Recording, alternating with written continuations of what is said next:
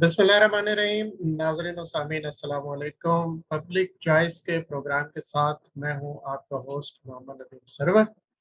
Sustainable economics और sustainable economic development के ऊपर हमारी इस सीरीज का ये नेक्स्ट प्रोग्राम है और इसमें हमारे साथ आज मेहमान शख्सियत हैं जनाब डॉक्टर आबिद राशिद गिल साहब। डॉक्टर साहब इस्लामिया यूनिवर्सिटी बहावलपुर में असिस्टेंट प्रोफेसर ऑफ इकोनॉमिक्स हैं।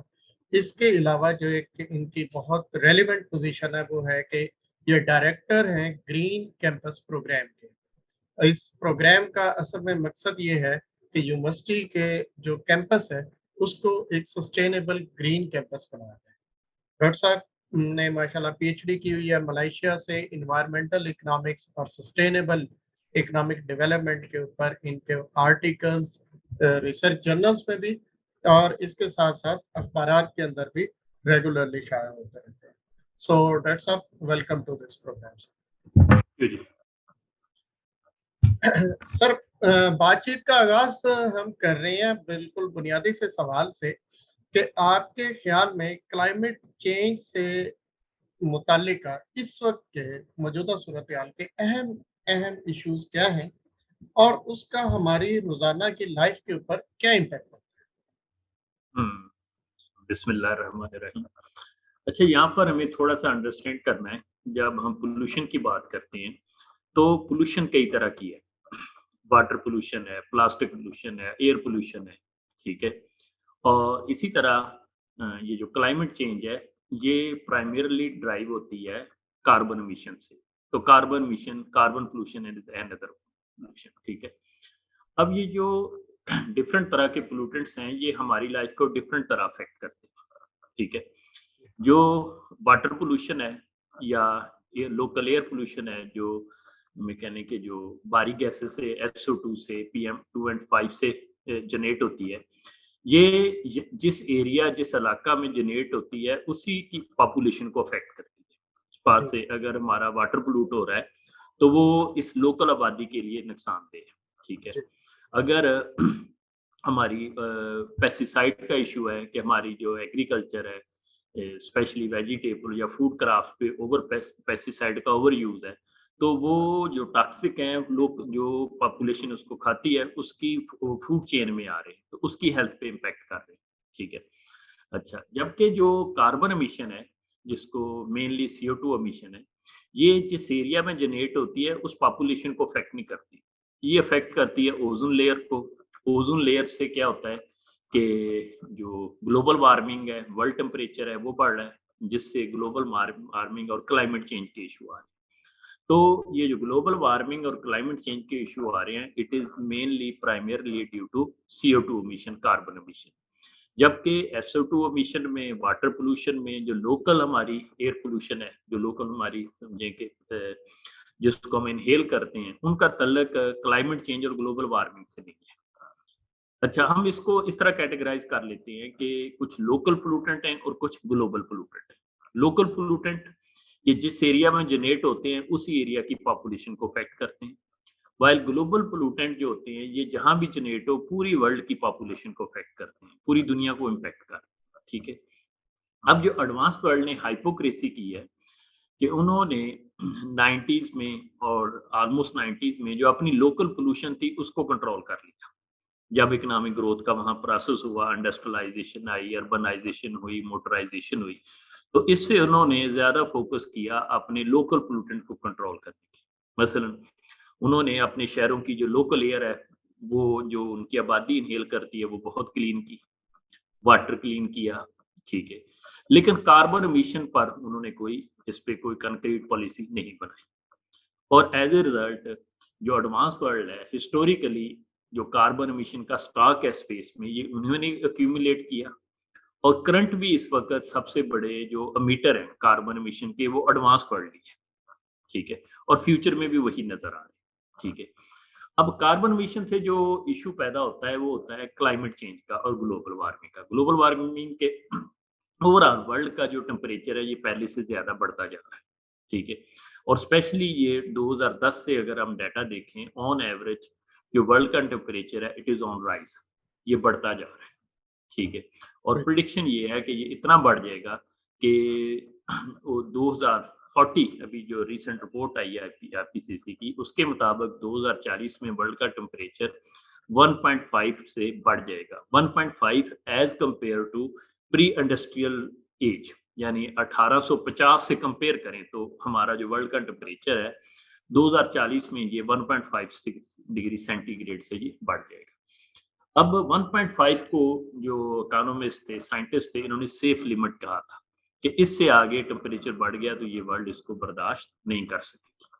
तो हमारे पास दुनिया के पास सिर्फ 20 साल रह गए इस लिमिट तक पहुंचने की। ठीक है, तो ये जो मैं बैकग्राउंड बता रहा था, इसका मतलब ये था कि ये जो कार्बन एमिशन से क्लाइमेट चेंज और ग्लोबल वार्मिंग हो रही है, इसकी इंटायर रिस्पॉन्सिबल जो है ये एडवांस वर्ल्ड है। ठीक है, अनलेस अनटिल उन्होंने कंक्रीट मेजर ना लिए ये सोल्यूशन हल नहीं होगा। जहां तक पाकिस्तान का तल्लक है, पाकिस्तान ने क्लाइमेट चेंज और ग्लोबल वार्मिंग को, मेरा जो वीडियो है मैंने लिखा भी है कि हम we can not change the course of climate change. Pakistan पौधे लगा ले, कुछ भी करा ले, हम नहीं कर सकते। ठीक है, क्योंकि हमारा वर्ल्ड में जो वर्ल्ड की टोटल कार्बन एमिशन है उसमें हमारा शेयर 0.0 समझे कि 0.1% से भी कम है।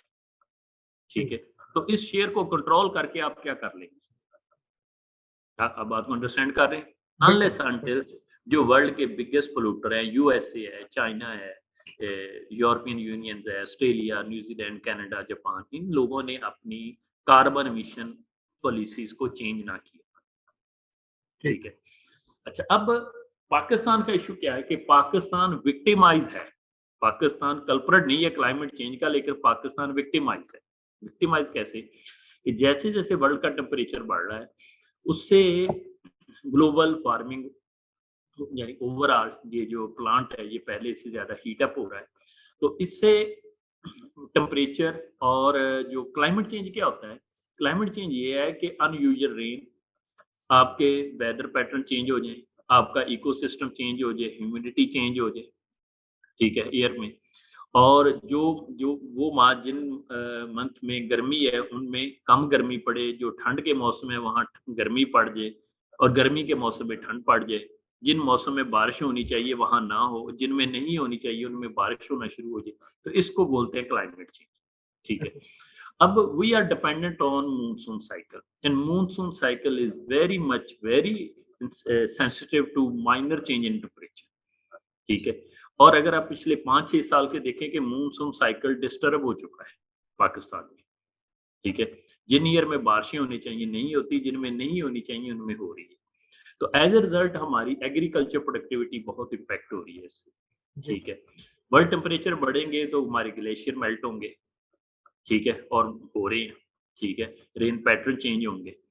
तो पाकिस्तान जो है is most victimized, fifth most victimized country of climate change and global warming। ठीक है, और इंटरेस्टिंग फैक्ट ये है कि हम इस कैटास्ट्रॉफी को फेस कर रहे हैं जिसको जनरेट करने में हमारा कोई रोल नहीं। हमारी इंडस्ट्रियलाइजेशन, हमारी ग्रोथ ने इसको जनरेट नहीं किया। It is generated by advance world, it is generated by USA, UK, western Europe, Australia, New Zealand. उन कंट्री की इकोनॉमिक ग्रोथ की हम प्राइस पे कर। ठीक है, अच्छा, दूसरे हैं हमारे लोकल एनवायरनमेंट इशू कि हमारा वाटर पोल्यूट हो रहा है।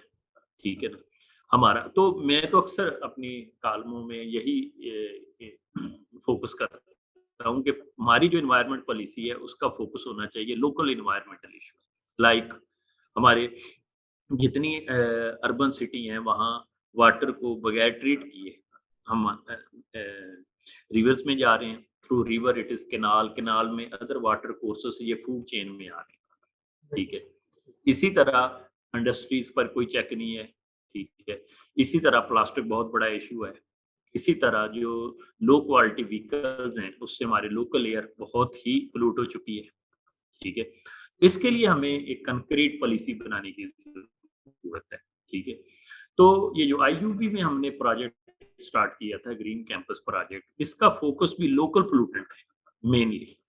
ठीक है, इसमें हमने ये आइडिया दिया था कि rather than having a national policy हो, ग्लोबल पॉलिसी हो, हम बॉटम से, it is a bottom to top approach, कि बॉटम पे जो ऑर्गेनाइजेशन है, बिजनेस ऑर्गेनाइजेशन है, एजुकेशनल ऑर्गेनाइजेशन है, ठीक है। इसी तरह और ऑर्गेनाइजेशन हैं, उन they should have their own environment plan, they should have their own sustainability plan. उनको चेक करने की जरूरत है कि वो डे टू डे एक्टिविटी में कितना वाटर पोल्यूट कर रहे हैं, ठीक है, कितनी एनर्जी यूज कर रहे हैं, कितना पेपर यूज कर रहे हैं, कितना प्लास्टिक यूज कर रहे हैं, ठीक है, और कितने वो फ्यूल कंजम्पशन कर रहे हैं, इसको चेक करें। इसके लिए कंक्रीट पॉलिसी बनाएं। तो ये जो ग्रीन कैंपस प्रोजेक्ट है वो यही है।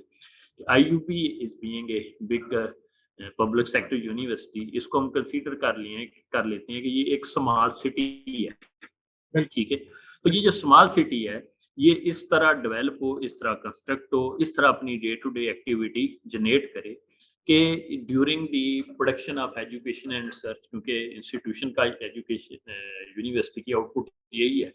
तो ये दो आउटपुट प्रोड्यूस करने के लिए it should have minimum environment use of the environmental sources, standardised sources पे हम लेंगे। प्लस यहाँ के जो एम्प्लॉइज हैं, स्टूडेंट हैं, वो एक इको फ्रेंडली लाइफस्टाइल पे चले, ठीक है। एक ऐसा लाइफस्टाइल जिसमें प्लास्टिक का यूज ना हो, पेपर का यूज ना हो, रिसाइकल यूज को समझें, ठीक है। अपना इकोलॉजिकल फुटप्रिंट कैलकुलेट करें कि मैं डेली कितने रिसोर्सेज को, नेचुरल रिसोर्सेज को यूज कर रहा हूँ, ठीक है। साइकिलिंग पे आए, फ्यूल कंजम्पशन कम हो। तो इसके 10-12 कंपोनेंट हैं जिसमें हम काम कर रहे हैं, जिसमें हम टोटल एनर्जी यूज को देख रहे हैं और उसमें रिन्यूएबल एनर्जी का पोर्शन बढ़ा रहे हैं।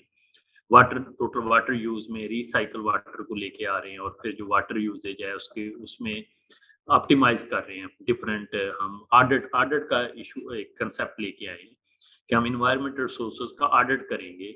हम कह ले एट डिपार्टमेंटल लेवल कि एक डिपार्टमेंट कितना वाटर, पेपर, प्लास्टिक और सारी चीजें वो कैसे यूज करता है थ्रू डिफरेंट मेजर्स, ठीक है। और दूसरी तरफ हम इस पे भी काम कर रहे हैं, इन्वायरमेंटल लिटरेसी पे, कि जो स्टूडेंट्स हैं अगर उन्हें शुरू में ही सिखा दिया जाए थ्रू डिफरेंट क्या टीचिंग, डिफरेंट अवेयरनेस स्कीम के तहत कि इन्वायरमेंट है क्या और किस तरह आप पे इम्पेक्ट कर रहा है, ठीक है। तो ये बहुत एक इम्पेक्ट डालेगा उनकी लाइफ पे, उनकी सोच पे, ठीक है।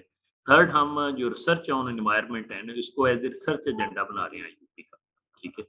तो अब ये 10-12 इंडिकेटर हैं जिस पे अगर एक यूनिवर्सिटी के वो इंडिकेटर अप्रूव होते हैं तो that university is called a sustainable university, sustainable campus, ठीक है। तो ये एक एम्बिशियस प्रोजेक्ट है और given the emergency of climate change and global warming we need such a ambitious project, ambitious targets from bottom, okay, from that work from bottom to top.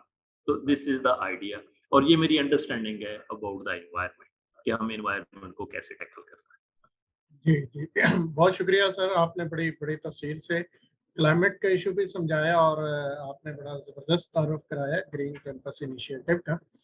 अच्छा, एक मेरा सवाल ये है कि जैसे जैसे यानी क्लाइमेट इश्यूज के ऊपर अवेयरनेस थोड़ी सी ज़्यादा हुई है तो मुख्तलिफ तरह की पॉलिसीज भी इसके ऊपर आना शुरू हो गई है, जैसे कार्बन टैक्स के हवाले से मतलब पॉलिसी है। इसी तरह इन्वायरमेंटल पे आपने देखा होगा पिछले कुछ अरसे में नोबेल जो प्राइज है उसके अंदर भी, जैसे पहले एक आया था जिन्होंने मैक्रो इकोनॉमिक मॉडल के अंदर इनका दिया था, अभी भी क्लाइमेट के ऊपर काफी अच्छा काम हुआ और उसको दुनिया सराह रही है।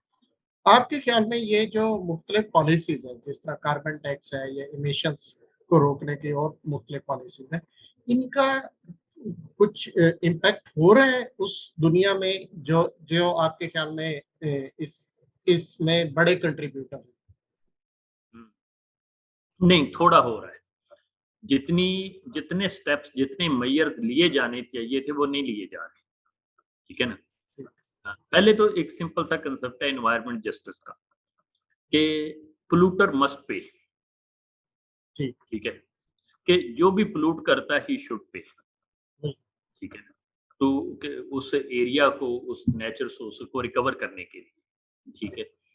अब कार्बन टैक्स पे आए कि आप इस वक्त दुनिया की जो एनर्जी है 80% it is being generated from fossil fuel. Fossil fuel हमारे पास 3 है, कोल, ऑयल एंड गैस, ठीक है। अब अनफॉर्चुनेटली हमारे पास कोई ग्रोथ मॉडल नहीं है that does not produce pollution world के पास।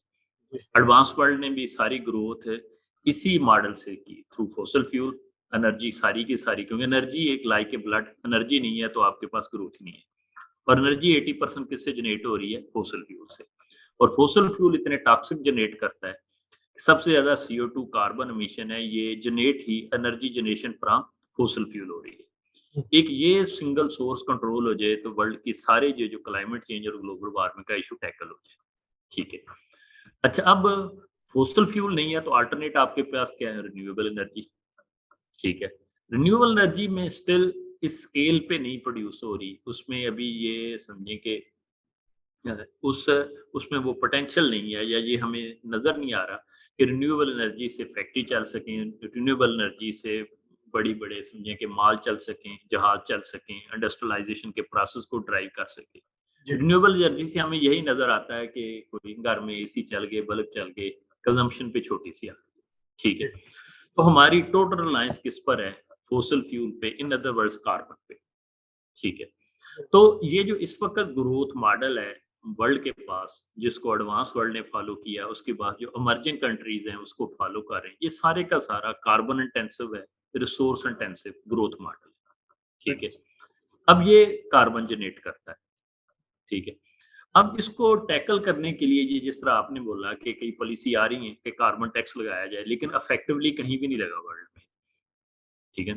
कार्बन टैक्स जस्टिस तो ये है कि जितनी एक चीज की प्रोडक्शन से नेगेटिव एक्सटर्नैलिटीज जनरेट हो रही है, वो सारी की इक्वल टू अमाउंट टैक्स देना चाहिए उसका। ठीक हो गया। बिल्कुल सर। अब इधर आ जाए कि फॉसिल फ्यूल जहां भी ये दुनिया की बड़ी जो बिजनेस कारपोरेशन है, बड़े बड़े चेन है, अब तो इनका आपस में बड़ा क्रोनिक नेक्सस है between fossil fuel company and politics का। अमेरिका में हमें नजर आया कि कोल कंपनियों ने फाइनेंस किया जो पिछले प्रेसिडेंट थे उनको, इसी तरह ऑयल कंपनीज का स्टेक होल्डर है वर्ल्ड पॉलिटिक्स में। तो ऐसी पॉलिसीज नहीं हमें नजर आती जो वाकई क्लाइमेट जस्टिस बेस हो, जो पोल्यूटर को मस्ट पे। ठीक है। अब फॉसिल फ्यूल पे एक एक यहाँ पर एक नया कंसेप्ट है, फॉसिल फ्यूल पे उसको बोलते हैं fossil subsidies. Fossil subsidies, fossil subsidies क्या है कि आप सपोज ऑयल कंपनी है एक, हम ऑयल की प्राइस वही देते हैं जो उससे हम यूटिलिटी यूज करते हैं। मैंने गाड़ी में पेट्रोल डलवाया तो मैंने पेट्रोल प्राइस दी है। ठीक है। लेकिन जो मैं एमिशन जनरेट कर रहा हूँ उसकी मैं प्राइस नहीं दे रहा। ठीक है। अब इसी आइडिया को समझिए कि जितनी कार्बन पोल्यूशन से ये जो वर्ल्ड वर्ल्ड लेवल पे क्लाइमेट चेंज हो रहा है, ग्लोबल वार्मिंग हो रही है, वर्ल्ड एग्रीकल्चर इम्पैक्ट हो रहा है, हेल्थ इम्पैक्ट हो रहे हैं। ठीक है। अब इसकी प्राइस शामिल होनी चाहिए किस पे? फॉसिल फ्यूल पे। जब इसकी प्राइस फॉसिल फ्यूल पे शामिल करेंगे तो फॉसिल फ्यूल बहुत महंगा हो जाएगा, कॉस्टली हो जाएगा। तो हम अल्टरनेटिवली किधर मूव कर जाएंगे? हम रिन्यूएबल पे चले जाएंगे। तो ये एक्चुअली पॉलिसी का फॉल्ट है, पब्लिक पॉलिसी का फॉल्ट है, जिसको जो मैनिपुलेटेड हुई है in favour of fossil fuel. तो कार्बन टैक्स बहुत कम लग रहा है, जितना लगना चाहिए उतना नहीं लगना चाहिए। आइडिया तो ये है कि जो भी कार्बन जनरेट कर रहा है he must pay tax equal to the amount of the externality. ठीक है। आप एक अगर शेल है, इसकी कंपनी है, इसकी वजह, तो ही मस्ट पे द टैक्स, ही मस्ट पे। तो मेरे ख्याल में सब्सटेंशियल जो एक सिंपल फॉसिल फ्यूल पे जो सब्सिडीज हैं, एक ये वेरिएबल अगर आप चेंज हो जाए तो पूरी वर्ल्ड की जो डायरेक्शन है ग्रोथ की वो चेंज हो जाएगी। ठीक है। लेकिन ये हमें कहीं भी नजर नहीं आ रही। तो मेरे ख्याल में जो ट्रांसफॉर्मेशनल चेंजेस चाहिए इस वक्त दुनिया को, ग्रोथ में, इंडस्ट्रियलाइजेशन में, एग्रीकल्चर में, कंस्ट्रक्शन में, सिटी की कंस्ट्रक्शन में, एग्रीकल्चर में और लाइफस्टाइल में, वो नजर नहीं आ रही। ठीक है ना। इस वक्त रिक्वायरमेंट है complete transformation of the industrialization policies, the way we are constructing our house, the way we are constructing our cities, the way we are growing our crops and vegetable, even we need to change our eating habits. मैंने अभी पिछले दिन एक article लिखा कि दो तरह के फूड सिस्टम पे हम डिपेंड कर रहे हैं, एक प्लांट बेस और एक एनिमल बेस। जो एनिमल बेस फूड सिस्टम है, ये 30% मोर पोल्यूशन जनरेट करता है देन द प्लांट बेस। तो इस डाइटरी हैबिट जब तक हम चेंज ना की वर्ल्ड, तो उस वक्त तक ये एनवायरनमेंट का इशू भी टैकल नहीं होगा। ठीक है। तो इस वक्त जो अनफॉर्चुनेटली जो हमने ग्रोथ के मॉडल दिए हैं एडवांस वर्ल्ड में, वो यही हैं। आप मसलन ग्रोथ क्या है, रिचनेस क्या है? आपके पास बड़ा घर हो, बड़ी गाड़ी हो, आपके बच्चे अच्छी खुराक खाएं, खुराक में क्या आ जाए, ज्यादा मीट आ जाए। अब ये सारी जो तीनों आपकी विशेष हैं, सारी ही रिसोर्स इंटेंसिव है। ठीक है। बड़े घर का मतलब है आप ज्यादा एनर्जी रिसोर्सेज यूज करेंगे, बड़ी गाड़ी का मतलब है बड़े घर में चार चार गाड़ियां आने का मतलब है आप एक पोल्यूशन इंटेंसिव लाइफस्टाइल की तरफ जाएंगे। तो ये सारे का सारा लाइफस्टाइल चेंज करने की जरूरत है। ठीक है। तो ये जो ट्रांसफॉर्मेशनल चेंजेस हैं ये नजर नहीं आती कहीं भी। ठीक है। बल्कि वो सुनीता नारायण बड़ा अच्छा कहती हैं इंडिया की कि we need to reinvention our dreams, dreams of richness. ठीक है। रिचनेस का मतलब ये है कि एक साइकिल हो मेरे पास, 5 मरले का डबल स्टोरी घर हो, I believe in recycle and reuse. ठीक है। प्लांटेशन पार्क में गाड़ी हो, शहरों के डिजाइन ऐसे हों कि वर्टिकल ग्रोथ हो, क्योंकि जब तक आप शहर वर्टिकल ग्रोथ की तरफ नहीं लेके जाएंगे, आप पब्लिक ट्रांसपोर्ट सिस्टम नहीं लेके आएंगे, सप्राज जनरेट करेंगे जैसे जनरेट हो रहे हैं दुनिया में, पाकिस्तान में भी इसी तरह कि एक शहर का एक कोना इधर आबाद हो गया, एक इधर आबाद हो गया, यूनिवर्सिटी एक तरफ है, कॉलेज एक तरफ है, तो वहाँ पब्लिक ट्रांसपोर्ट नहीं काम करेगी, वहाँ इसी तरह गाड़ियों का हजूम होगा, जो इधर जा रहा है इधर जा रहा है। ठीक है। अनफॉर्चुनेटली यही कुछ हो रहा है, ना तो हमारे सिटी प्लान हो रहे हैं। ठीक है। Taking the futuristic need. ठीक है। ये जो हम प्रोजेक्ट लेके हैं इसमें पहला काम हमने यही किया कि जब तक यूनिवर्सिटी के पास ग्रीन इंफ्रास्ट्रक्चर नहीं होगा, ठीक है, हम रिसोर्स सेविंग नहीं कर सकेंगे। ग्रीन इंफ्रास्ट्रक्चर क्या है कि आपकी बिल्डिंग्स इंटरलेटेड हो, ठीक है, और वर्टिकल ग्रोथ हो, आपको गाड़ी का यूज करना minimum requirement to use the vehicles, vehicle खड़े करें और पैदल चलें, साइकिलिंग का कल्चर लेके। लेकिन अगर आप इंफ्रास्ट्रक्चर ला देंगे तो आप साइकिलिंग नहीं लेके आ बिल्कुल सकेंगे, उस शहर को एनर्जी एफिशिएंट नहीं कर सकेंगे। जो वेस्टर्न यूरोप की सिटीज हैं वो 30 to 40% लेस एनर्जी यूज करते हैं as compared to the cities of Canada and USA. फर्क क्या है कि वो वेस्टर्न यूरोप के सिटीज जहाँ वर्टिकल ग्रोथ हुई है, वेल कनेक्टेड है। ठीक है। अगर आप शहर फैला देंगे तो यही ट्रांसफॉर्मेशनल चेंजेस हैं कि we need a new model of mobility growth, rather we need to redefine the growth. तो जो स्केल चाहिए ट्रांसफॉर्मेशनल चेंजेस का वो नहीं नजर आ रही। बिल्कुल सही, बिल्कुल सही। अच्छा, मैं आखिर में तकरीबन यानी मेरे सवाल तो कुछ और भी थे, लेकिन आपके जवाब इतने कम्प्रिहेंसिव है कि कई मेरे सवाल उनके अंदर कवर हो रहे हैं। सो एक सवाल जो जिसका काफी हद तक तो आप जवाब वैसे दे ही चुके हैं, तो यानी मैं आपसे पूछना ये चाह रहा हूँ कि आपके ख्याल में हम पाकिस्तान में, हमें और दुनिया को जो ये जो क्लाइमेट चेंज का इशू है, इसको टैकल करने के लिए और क्या करना चाहिए? यानी एक तो आपने बहुत अच्छा आइडिया दे दिया यूनिवर्सिटीज का, और जिस तरह पाकिस्तान में हर बड़े शहर में एक यूनिवर्सिटी है, अगर वहां से ये बात शुरू होगी तो मेरा ख्याल है ना सिर्फ उसका इफेक्ट उस कैंपस में रहेगा, बल्कि उससे जो बच्चे मतलब तालीम हासिल करके बाहर निकलेंगे, तो वो जिस इंडस्ट्री में जाएंगे, जहाँ पे भी जाएंगे, तो ये एक मेरा ख्याल है बहुत बड़ा प्रोजेक्ट होगा, जिस तरह हम इकोनॉमिक्स में कहते हैं ना मल्टीप्लायर इफेक्ट।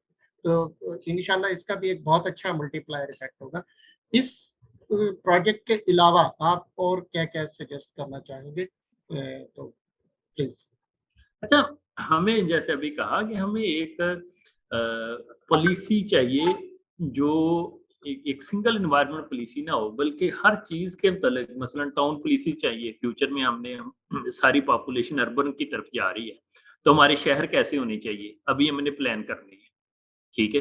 तो वहां अगर हम इन्वायरमेंट को ज़हन में नहीं रखेंगे तो ये फ्यूचर में हम कभी भी अपने रिसोर्स का यूज ऑप्टिमाइज नहीं कर सकेंगे।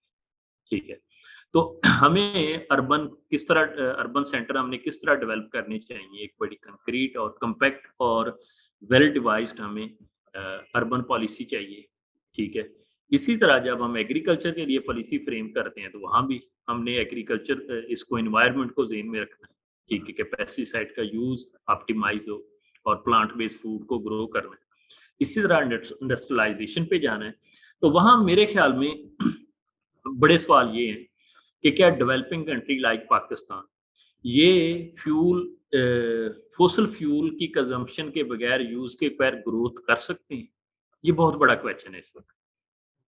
ठीक है, अच्छा, पॉसिबल ही नहीं है, क्योंकि एडवांस वर्ल्ड ने ग्रोथ कर ली है through the use of fossil fuel. Emerging world जो है वो भी कर रहे हैं। तो डेवलपिंग वर्ल्ड का they have right to grow. ठीक है, तो उनका जो ग्रोथ का राइट है, अब उन्हें ग्रो करना है। ठीक है, और अगर ग्लोबल वार्मिंग से बचना है, क्लाइमेट से बचना है, तो they need to grow differently. ठीक है, अब डिफरेंट ग्रो करने के लिए दे नीड फाइनेंस। तो this finance must be finance by advance world. तो जो मॉडल ये बनता है, ये इन्वायरमेंट का इशू पूरी वर्ल्ड का इशू है, इंटीग्रेटेड इशू है। आइसोलेशन में कोई कंट्री नहीं कर सकता ना, आइसोलेशन में अपने लोकल इन्वायरमेंट इश्यूज को सेटल कर सकता है।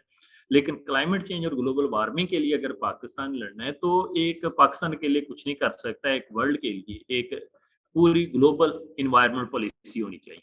ठीक है, और उसका जो बेस क्या होना चाहिए, climate justice.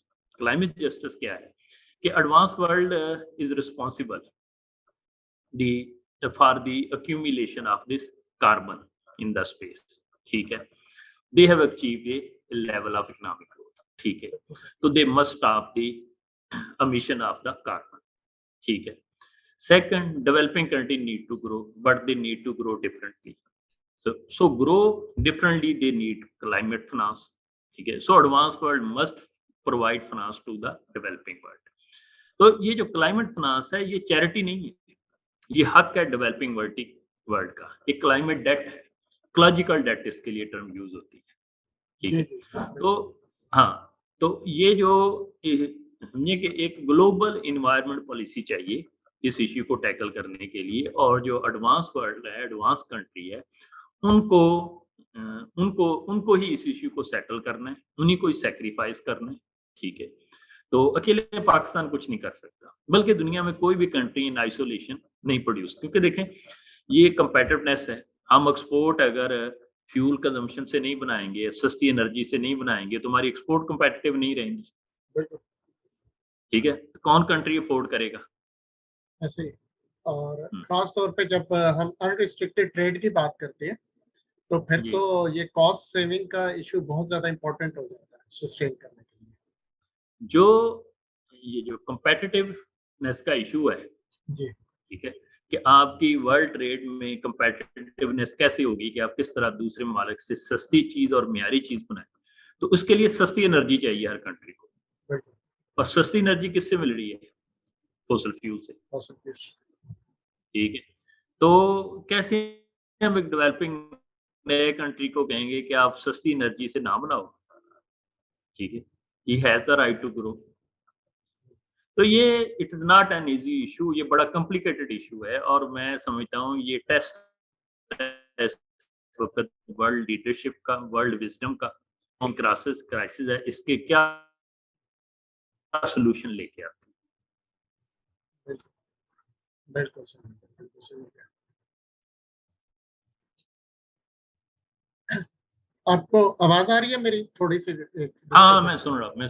Okay okay okay, ठीक है सर, मैं बहुत शुक्रगुजार हूँ, आपने अपने कीमती वक्त में से हमें टाइम दिया और बहुत तफसील से और बिल्कुल आम आदमी से कनेक्ट करके आपने जिस तरह चीज़ों को बताया, और खासतौर पर आपका जो ग्रीन कैंपस इनिशिएटिव है, ये बड़ा ज़बरदस्त इनिशिएटिव है। हमारे जो तमन्नाएं आपके साथ है, यकीनन आपसे इस बारे में वक्तन फ़वक्तन मज़ीद भी बात करेंगे।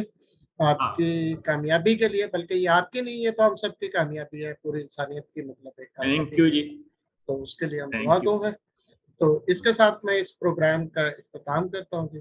बहुत शुक्रिया, अपना ख्याल रखिएगा, एनवायरनमेंट को बचाएं जो आज का पैगाम है, और अपने लाइफ़स्टाइल को बेहतर करें। बहुत शुक्रिया, अल्लाह हाफ़िज़।